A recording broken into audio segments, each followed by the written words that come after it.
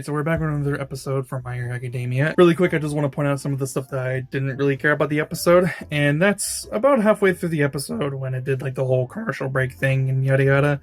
When it broke away from the stuff between Midoriya and Shigaraki and One for All and the previous Wielders and All for One, that's where like my interest immediately sort of like died for the rest of the time because it basically just reinstated that Kikatsu Makia is like breaking through, like and rushing through like a whole bunch of cities and is causing mass destruction along the way. We also see that Ida is actually going to make an appearance in the next episode with Todoroki and Bakugo and everyone else over in like the main battlefield towards where the hospital used to be. So that's nice, I guess.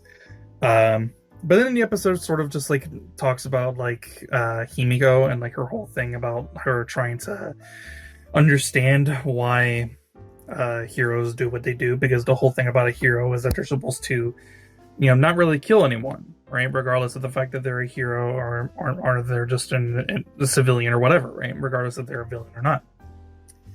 Meanwhile, we had Hawks in a few episodes back, and he killed twice. He killed Jin. Himiko was pretty devastated by that because they were really close and everything, and you know they work together hand in hand, and she wants to go and ask Midoriya and Uraraka what they would do to her specifically if they had the opportunity. Would they I'm going to use the word incapacitate, meaning that they're going to like restrain her and then put her in jail, or would they kill her because she's a villain, and apparently heroes also kill villains, even though in the situation with Hawks and Twice, Hawks was put into a position where he had to kill Twice because Twice was the biggest threat, because not only could he multiply himself to an absurd amount of times, but he could also disguise himself as whoever he wanted to.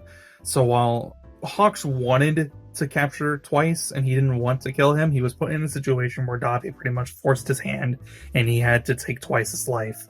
And yeah, that really sucks, and Hawks is probably going to feel really bad after this, after doing that, after he finally wakes up from his injuries, because he's sort of out of commission for right now, and we don't really know how he feels about that afterwards. He's still probably trying to figure out like his feelings towards the basically the what's going to be revealed in the next episode, which is Dabi revealing that he's alive and that he's the brother of Shoto Todoroki and he is the son of Endeavor. But anyways, that's pretty much what the end of the episode was. We actually see Uraraka get the most amount of screen time that she's got for a little while, and she's basically doing, you know, her hero work, and she actually looked really impressive, which I was really happy about, because I wasn't really sure like how competent she would be with just her quirk, but she's actually, you know, improved a lot since, you know, her days at school, which is really nice. It was really nice to see that. They have their dialogue and their monologue with one another. Uraraka is going to try to capture Himiko, and Himiko is still trying to, you know, see what her answers are and yada yada. And point being, that was pretty much the only part of the episode that I didn't really like. The first half, though, where it's basically just Midoriya losing it because All for One is like, oh man, all this blood that was shed, it was really useless and this and that and yada yada. Midoriya snaps. And I think the reason why he does that is because of the amount of innocent lives that were taken, the injuries and close to near death that was shed from his teacher, the guy who really taught him how to use this quirk, which was Gran Torino. And obviously I was talking about Aizawa. Obviously, I was also talking about Aizawa, his teacher, and then his childhood friend, right? You know, the fact that he was stabbed the way that he was with All for One's like nail like attack move or whatever, and then obviously all the lives that were used to create those no moves as well.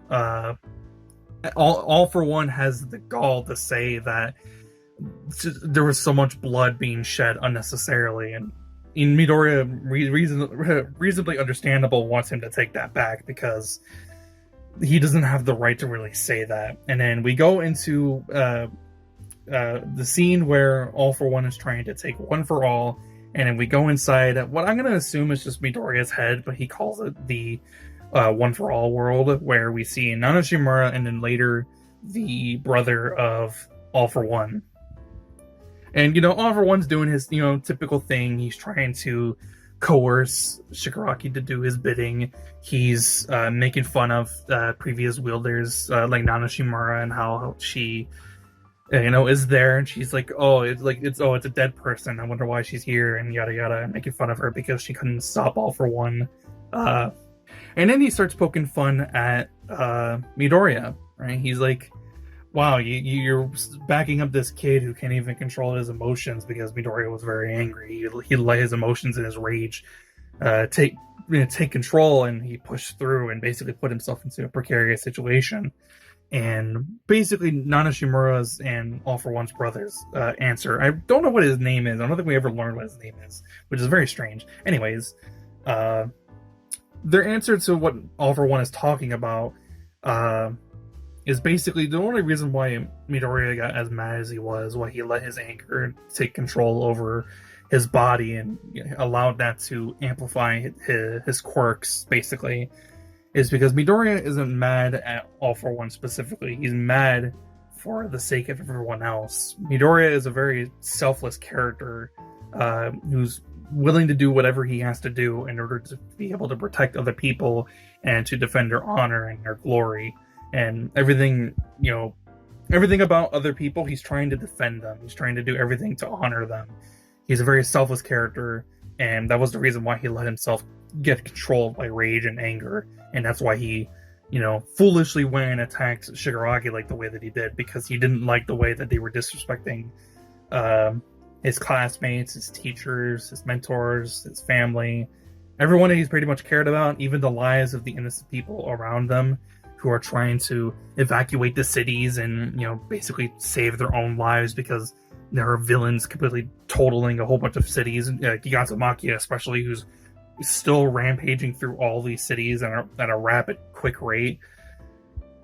He's the true embodiment of what a hero is supposed to be, and that's why they side with him, and that's why they help him out in the situation where they reject All for One from taking One for All, and it was unsuccessful, pretty much. And they break away, and Shigaraki's fallen towards the ground. Midoriya is about to fucking pass out because he's completely wrecked his body, especially his arms once again, which are going to cause almost irreparable damage, as it's already been happened numerous times before, and he was warned not to do that again.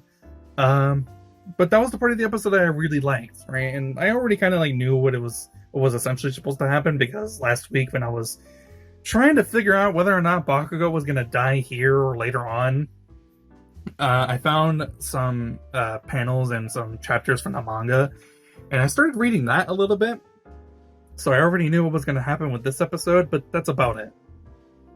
Like I said earlier, the next episode is going to be pretty much focused on Dabi talking with Endeavor and Shoto.